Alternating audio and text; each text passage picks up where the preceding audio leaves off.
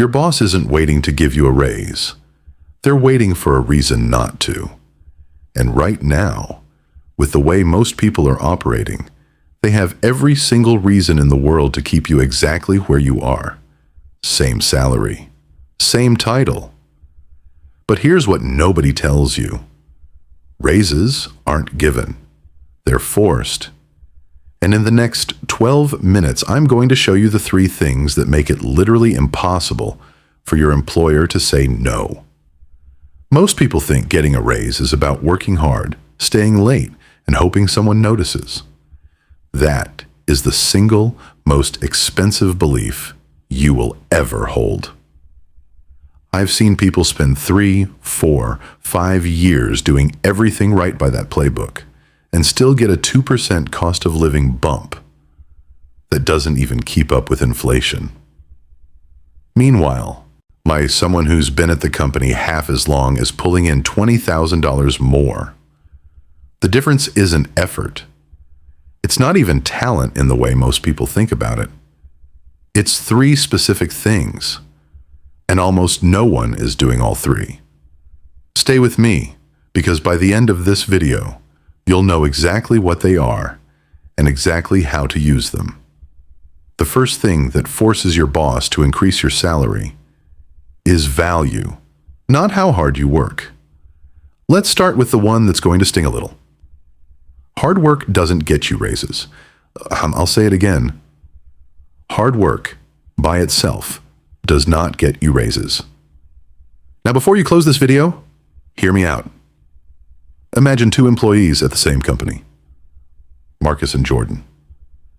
Marcus shows up early every day. He's the last one to leave. He grinds through every project, stays on top of his tasks, never misses a deadline. His manager likes him. His co-workers respect him. He's dependable. A good employee. Jordan works normal hours, but Jordan spent the last 6 months learning the company's data system that nobody else wanted to touch. Jordan built a report that saved the sales team 8 hours a week. Jordan fixed a process that had been bleeding money quietly for 2 years. Who gets the bigger raise? Jordan. Every time. Here's why. Your company doesn't pay you for effort. They pay you for outcomes, for the value you create that they can feel in the business. Marcus is doing what he was hired to do. Well, and that's worth keeping. But it's not worth paying more for. Jordan is solving problems nobody asked him to solve. He's creating value that didn't exist before. He's making his manager look good. He's making the company money. Now, that's a completely different conversation. So the first shift you need to make is this. Stop thinking about how hard you work and start asking yourself, what specific, measurable value am I creating right now that didn't exist before I touched it? If you can't answer that cleanly, you don't have a raise conversation yet. You have a performance review. Find a problem in your company that matters. Solve it visibly.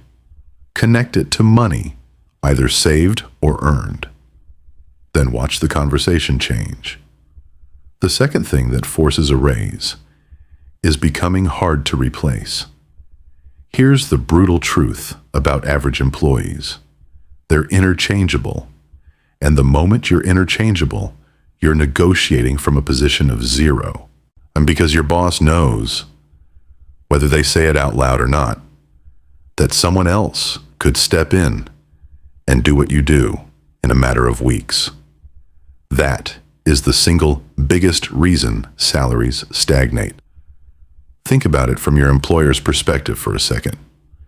If you asked for 25% more tomorrow and they said no and you left, what would actually happen? Would it break something? Would clients notice? Would a project fall apart? Or would they just post the job, hire someone, train them for a month, and move on? If the answer is move on, you need to hear this. High-value employees are not just good at their jobs. They're uniquely good at specific things that are hard to find, hard to transfer, and expensive to rebuild. Maybe they own the relationship with the company's most important client. And maybe they're the only person who understands a critical system. Maybe they've built institutional knowledge that lives entirely in their head. These people are not asking for raises. They're receiving them, sometimes before they even ask, because leadership is quietly terrified of the gap they'd leave behind. So here's the question you need to ask yourself honestly. What would break if I left tomorrow? If the answer is not much, your goal over the next 90 days is to change that answer. Own something. Go deep on a skill your team needs but doesn't have. Become the person people come to for a specific thing. Make yourself the obvious answer to a recurring problem. The more it would cost to replace you, the more it costs to keep you cheap. That's not arrogance. That's leverage. And leverage is exactly what we're talking about next. And if you're sitting here thinking, I already know all this, I want to ask you something. Are you making what you should be making right now? Because knowledge without action is just really expensive comfort. Keep watching. The third thing that forces a raise is leverage. This is the one most people skip, and it's the most powerful of all three. Leverage is simply the ability to make no cost your employer more than yes. Without leverage, a salary negotiation is not a negotiation. It's a request, and requests get denied all the time, politely, professionally, and without consequence. With leverage, the dynamic flips entirely. There are three types of leverage that actually move the needle. The first is a competing offer. A nothing, and I mean nothing, focuses a manager's mind like another company expressing interest in their employee. Not because companies love paying more, but because they hate losing people at the wrong moment. If you've done the work in sections 1 and 2, if you're creating real value and you're hard to replace, a competing offer transforms your raise conversation from "we'll see what we can do" to "what do we need to make happen to keep you here?" You don't even have to want the other job. You just have to be willing to take it. The second type of leverage is skill scarcity. When you develop a skill that the market is paying a premium for, AI systems, financial modeling, enterprise sales, cybersecurity, whatever is heating up in your industry right now, your market rate goes up automatically. Most people never check their market rate. They have no idea what someone with their skills and experience is making elsewhere. That ignorance keeps them in the same pay band for years. Know your number. Know what you're worth in the open market. Because the moment you know that number, your employer knows you know it too. The third type of leverage is timing. This one is underrated. Asking for a raise after a major win is not the same as asking at a random Wednesday meeting. Ask when your value is at its most visible, after you've delivered something significant, after a project success, after positive feedback from a client. Strike while the iron is hot, because perception fades fast. Here's the thing nobody wants to say out loud. All of this, the value, the irreplaceability, the leverage, means nothing if you're not willing to actually use it. Your boss, at some level, can sense whether you'll walk or whether you'll fold. And if they sense you'll fold, they will call your bluff every single time. The most powerful thing you can do, financially, is genuinely build a life where you have options. An emergency fund, a marketable skill, a network, a side income, even a small one. Not so you can be reckless. So that when you sit across from someone and say, "I need to be at X salary," or "I'll need to explore other options," you mean it. And they can feel that you mean it. That quiet confidence, that's worth more than any script or tactic. People who have options negotiate differently, and their employers know it. All right, Let's make this real. Here's what you should do this week.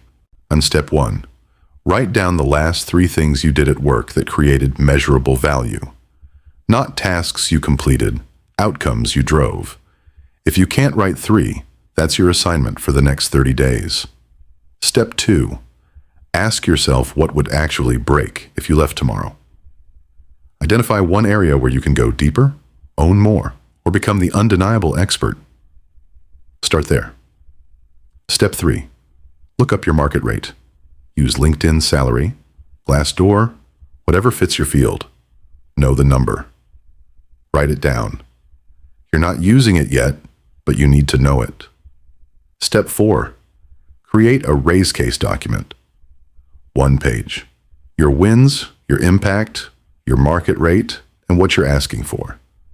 You don't need to send it yet, but having it changes how you walk into that conversation. Step 5, set a date, and not sometime soon. An actual date on your calendar for when you'll have the conversation. Vague intentions stay vague. Here's the truth about where you are right now. You're probably worth more than you're being paid, and your employer probably knows it, at least on some level. But as long as you make it easy to keep paying you less, they will. Not because they're villains, because they're running a business.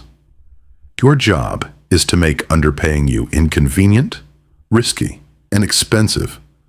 You do that by creating undeniable value, by making yourself genuinely hard to replace, and by building the leverage that makes no cost more than yes. None of this is overnight, but all of it is in your control. And control is where everything starts. If this hit different, if you're walking away with something you're actually going to use, hit the like button and subscribe. It genuinely helps this channel reach more people who need to hear this.